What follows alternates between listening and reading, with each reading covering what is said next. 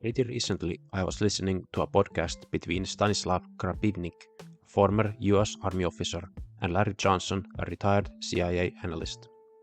Have they ever thought through anything but a step two is? Krapivnik asks, talking about the US leadership. No, never, Johnson answers. US policy is like a bad jazz band.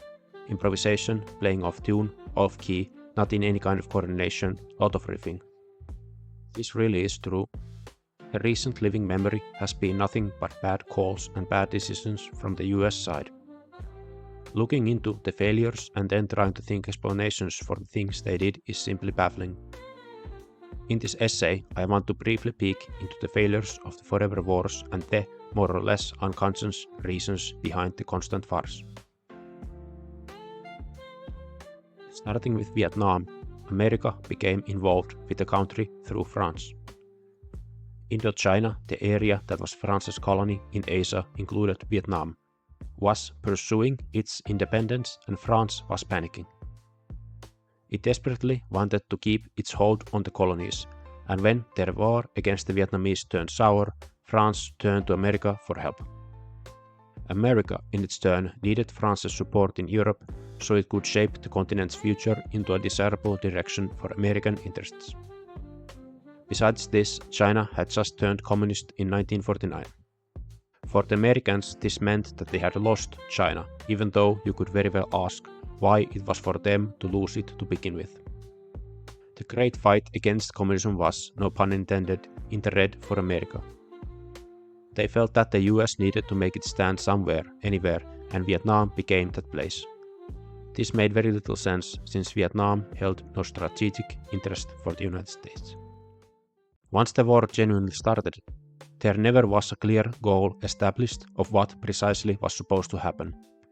There was no clear enemy like in the Second World War, where you faced an opposing army in the battlefield, and America couldn't occupy the country and hold total power like they did in Japan and Germany, and they couldn't threaten the local elite with the Soviet Union either, like in the previous cases. The American military was not formed and developed to fight against an insurgency that used guerrilla tactics, and the military leaders were at loss with what to do. They would have had to look back all the way into the wars against the Native Americans to get a clue, but even with that, in Vietnam they were supposed to win hearts and minds so the locals would choose a liberal democratic system instead of a communist one. But if the process also involves killing the locals, that is a very hard thing to do. The US military focused on a kill count, since that was a quantifiable element, but increasing the number of people killed really didn't help their case or improve the situation. The Vietnamese themselves were just fighting for their independence. Whether their opponents were French, American, or the Chinese, it didn't matter. The Americans never understood this. In Stanley Kubrick's movie Full Metal Jacket, one US colonel says the following line that illustrates the American mindset perfectly. We are here to help the Vietnamese because inside every cook there is an American trying to get out. Once in this mess, the US leadership faced the problem of a sunk cost fallacy. This means that the people involved can't admit a mistake and back down, so instead they double down. If you would imagine a man playing in a casino that just keeps losing money but still won't stop playing, and at some point he enters a state where he needs to win back what he has lost just so he can survive, you will see the logic in the US leadership behavior. Once you have put so much money and effort into a project, it just maybe could still be salvaged if you try a little bit more, and the cycle continues until a state of absolute catastrophe is reached. The military term for the sunk cost fallacy is mission creep. Besides this, you encounter the horrible fact of politics, that no one will want to take the fall when farcical projects are involved. You can never ever admit a mistake, since you will look weak and lose your political career, so the failure of the Vietnam War was tossed around like a hot potato, and the leaders just kept kicking the can down the road, so that someone else besides them at some point would have to take the blame. On paper, leadership is supposed to be about integrity, leading by example, and so on, but in real life it really doesn't happen. Once the situation gets bad enough, some spin or excuse will be concocted and the plug on the operation will be pulled. The US has usually just left once the situation has been beyond a critical point for some time, and that has been that. Osama bin Laden followed the Soviet-Afghan War from 1979 to 1989 closely, and briefly fought in it himself, and in his eyes the conflict offered the recipe of getting rid of American imperialism. By instigating America to attack Afghanistan, it could be bled dry just like the Soviet Union. By playing with American psychology, this attack could be achieved. The 9/11 terrorist incident made the United States hysteric from top to bottom, and to get back their sense of security and to satisfy their sense of retribution, the war in Afghanistan started.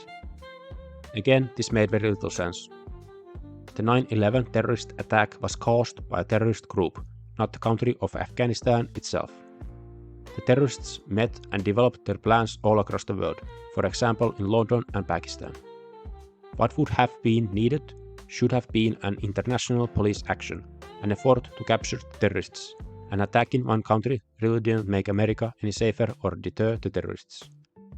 For example, many of them escaped to Pakistan after the war started. George Bush, however, just saw red and America needed to flex its muscles, so something grander was required than just regular police work. A war would deliver a big show with all the bang and flash attached. The death of 3,000 people in 9/11 attacks, of course, was a tragedy, but considering, for example, that the traffic deaths in America in 2023 were over 40,000, and the deaths from drug overdoses were 107,000, bin Laden hit the nail on the head. People really don't bat an eye when people die in accidents, and even the drug overdoses don't bother them, but when the danger comes from another human being, people tend to panic and go overboard. Considering that the Middle Eastern war adventures cost America $5.8 trillion according to one estimate I found, there can be a case made that bin Laden was onto something with his initial plan. After the first attack into Afghanistan was done, America ended in the same situation as in the Vietnam War. Sunk cost fallacy, kicking the can down the road and nation building in a place where it wasn't possible in the first place. It is true that the US was successful after World War II in Japan and Germany, but those places were modern and Japan had been developed after a Western model, so there was a base you could build up on. But even today, 90% of Afghans are illiterate. The US was stuck in Afghanistan for 20 years. As bad as the lack of reasoning with the two previous wars was, the Iraq War was the worst. It is true that special interest groups had their influence. The military-industrial complex wanted money, there was oil in Iraq, the Israel lobby wanted Iraq to stop supporting radical Palestinian groups, but the absurd truth was that there never was a single meeting where the war on Iraq was decided.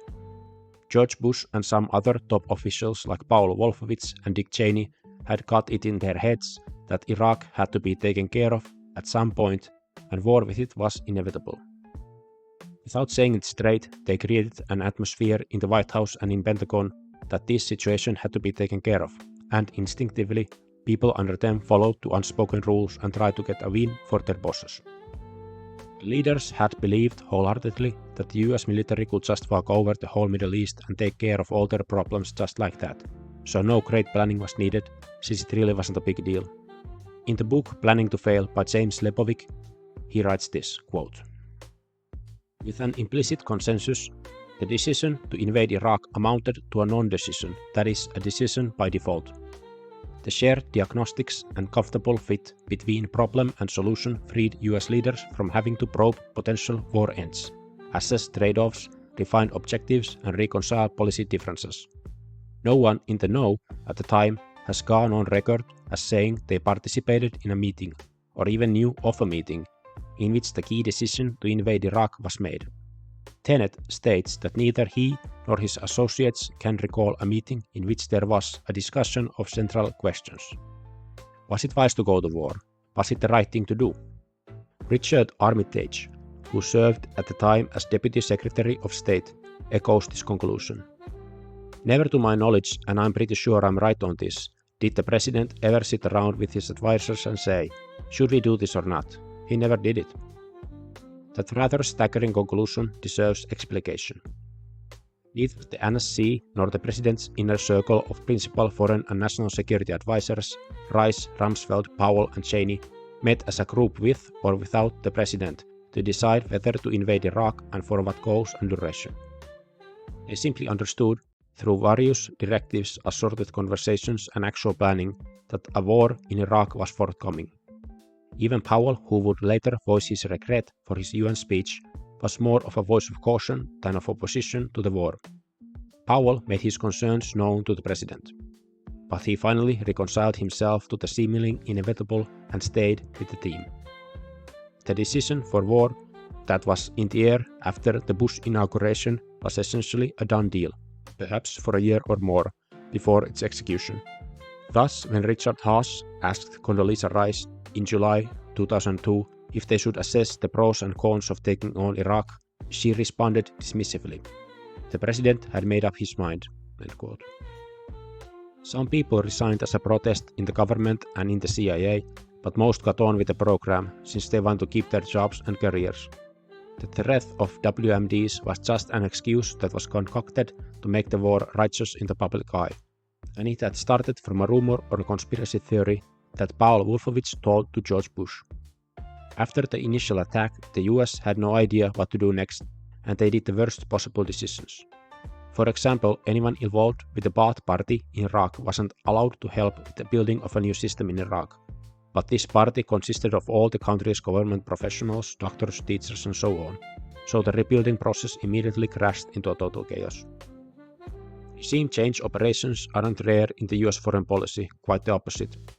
Between 1947 to 1989, the United States conducted 64 covert regime changes and 6 overt ones, according to political scientist Lindsay O'Rourke. For Bush, Cheney, and their ilk, Iraq was just a done deal and democracy would establish itself. Bush genuinely was waiting for the Iraqis to welcome him with open arms as a savior and a liberator, and he was flabbergasted when it didn't happen. After it was clear that there were no WMDs in Iraq and Dick Cheney was confronted with this fact by a journalist in an interview, Cheney just shrugged his shoulders. Saddam was a bad man and he deserved to die, he responded, and that was that. No one got prosecuted and no one was held responsible. The reasons for this lack of thinking are varied. One issue is that America really doesn't have to deal with the consequences of war on its own soil.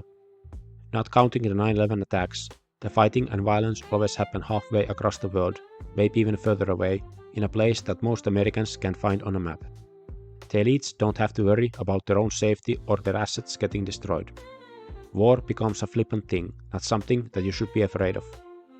Colin Powell wrote in his memoir that US Secretary of State Madeleine Albright said to him, "What's the point of having this superb military you're always talking about if we can't use it?" The United States has the highest military budget in the world, and the leaders feel it itching in their pocket. Hammer becomes the only tool for every possible situation. The obsession for regime change operations comes with being a superpower.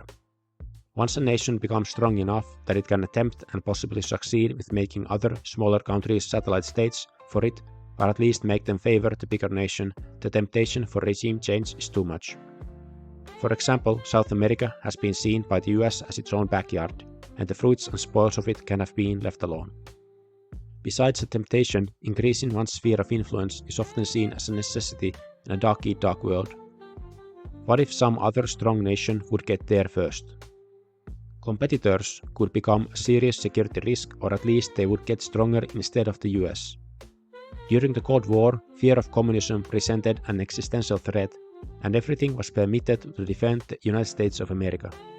The Doolittle report from 1954 expressed the situation with these words, quote, "It is now clear that we are facing an implacable enemy whose avowed objective is world domination by whatever means and at whatever costs. There are no rules in such a game. Hitherto acceptable norms of human conduct do not apply." End quote. After the Cold War ended, the US was the strongest nation in the history of the world, and you can make an allegory about the lottery winner that goes crazy after he suddenly wins millions of dollars. The spending goes overboard and the purchases make no sense, and there is no worry or thought about tomorrow. Why think through anything? The world was just there for the taking. The hubris took over US. Russia was down, and once down, it was time to kick it as much as possible, and in the future get a hold of its rich resources too. Leaders also often cannot understand a new set of circumstances where their nation might suddenly be. People usually form their worldviews as younger adults, in their 20s and 30s, and when they hit their 60s and 70s and are at the high point of their political, bureaucratic and military careers, they simply can't comprehend that the world has drastically changed in the last 20 or 30 years. It is a big pill to swallow that your nation isn't anymore at the height of its power, and they can't act accordingly. On the more philosophical side, there are plenty of reasons for irrational behavior too. Interestingly, some American military officers like Colonel Douglas MacGregor have complained in podcasts I've listened to that the Pentagon was full of MI6 agents, the British intelligence personnel. Even though the British Empire hasn't existed for decades, the British just can't get rid of their imperial dreams and aspirations, and the US has been a vehicle for them to pursue the good golden days. America, for itself, has inherited the British imperial culture, and its logic for the world is following the same tradition. Once the US was strong enough, it was time to get some colonies of its own, whatever the official rhetoric might have otherwise been. Once the Soviet Union was gone, there was no longer an antagonist, an opponent or an arch-enemy to fight against. The whole identity of America had been based on this fight, and now suddenly there was no one to fight against, and the culture entered into an existential crisis.